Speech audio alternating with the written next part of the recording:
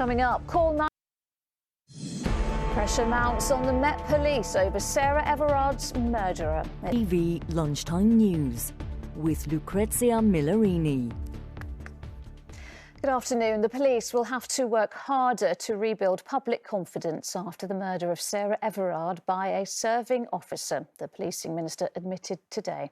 As police forces try to rebuild that trust, the advice to wave down a bus if you're stopped by a lone officer who you suspect could be pretending to be one has come in for some criticism. One senior Labour MP today demanded an independent investigation to look at the vetting and culture within forces. Sejal Carrier has our reports. Of course, so much more still to discuss. I'm joined now by women's rights activist.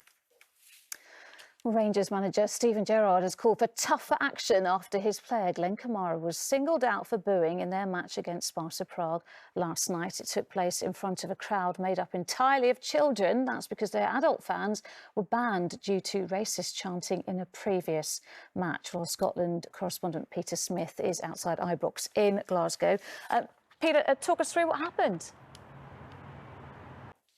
The squeeze on household finances tightens from today for millions of people as energy bills rise. Just as winter sets in, consumers who are on variable tariffs will pay around £140 more each year.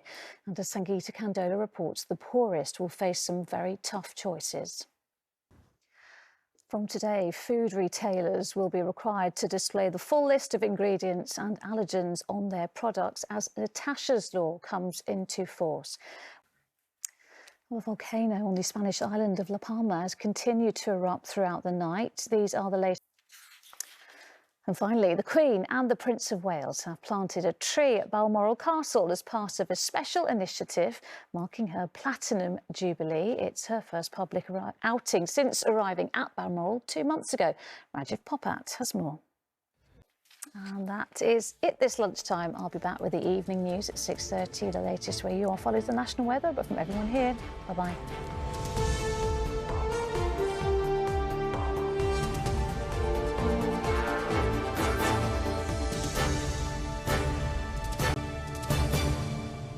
Hello again. Now the main stories in London. The Metropolitan Police Service will deploy 650 new officers to busy London areas, as well as increasing police patrols in the capital. It could be another week or so of long queues outside petrol stations in the capital as the demand for fuel continues. The UK's first public artwork dedicated to the Windrush generation has been unveiled in East London today. Rehearsals are underway for a new London play based entirely on the words spoken as part of the Grenfell Tower inquiry. The play is now, after a few false starts, the London Marathon is back this weekend after being postponed because of the pandemic. Well, to celebrate. All right, time for the weather now. Fingers crossed for all the marathon runners that the rain holds off for everyone this Sunday. Let's have a look at the forecast. Here's Chris Page. And that is all for now. Duncan will be back here at 6. Until then, enjoy your afternoon. Bye-bye.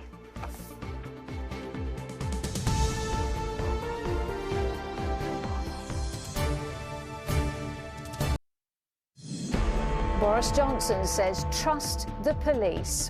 Evening News with Lucrezia Millarini. Good evening. The Prime Minister has tonight urged the public to trust the police in the wake of the Sarah Everard murder trial. But Boris Johnson acknowledged that there are serious problems with the way violence against women and girls is tackled. And he promised to fix a system that sees a shockingly low number of successful prosecutions for rape. Well, it follows the whole life sentence given to PC Wayne Couzens for falsely arresting Sarah before raping and then murdering her. Today, one senior officer said women should be more suspicious if stopped by police, but many say it's the culture of policing that needs to change, as our political correspondent Libby Vina reports. Labour leader Sir Keir Starmer has called on the Prime Minister to take emergency action to prevent problems hitting the fuel industry spreading into other sectors. Tonight, oil giant BP said that the petrol supply issues appear to be stabilising, but many forecourts remain dry. Our correspondent Dan Rivers.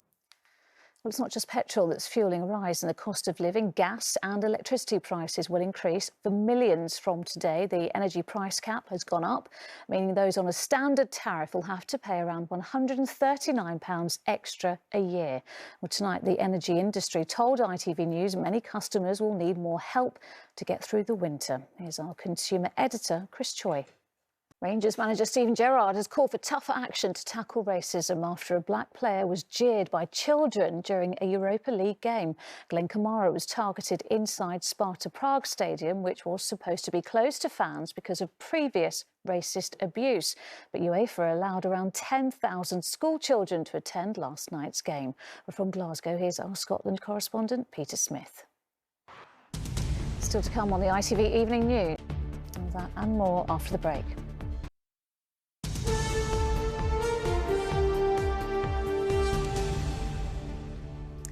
Welcome back. The parents of Natasha Edna Laperouse have told ITV News she would have been amazed at the impact her tragic death has had on the world.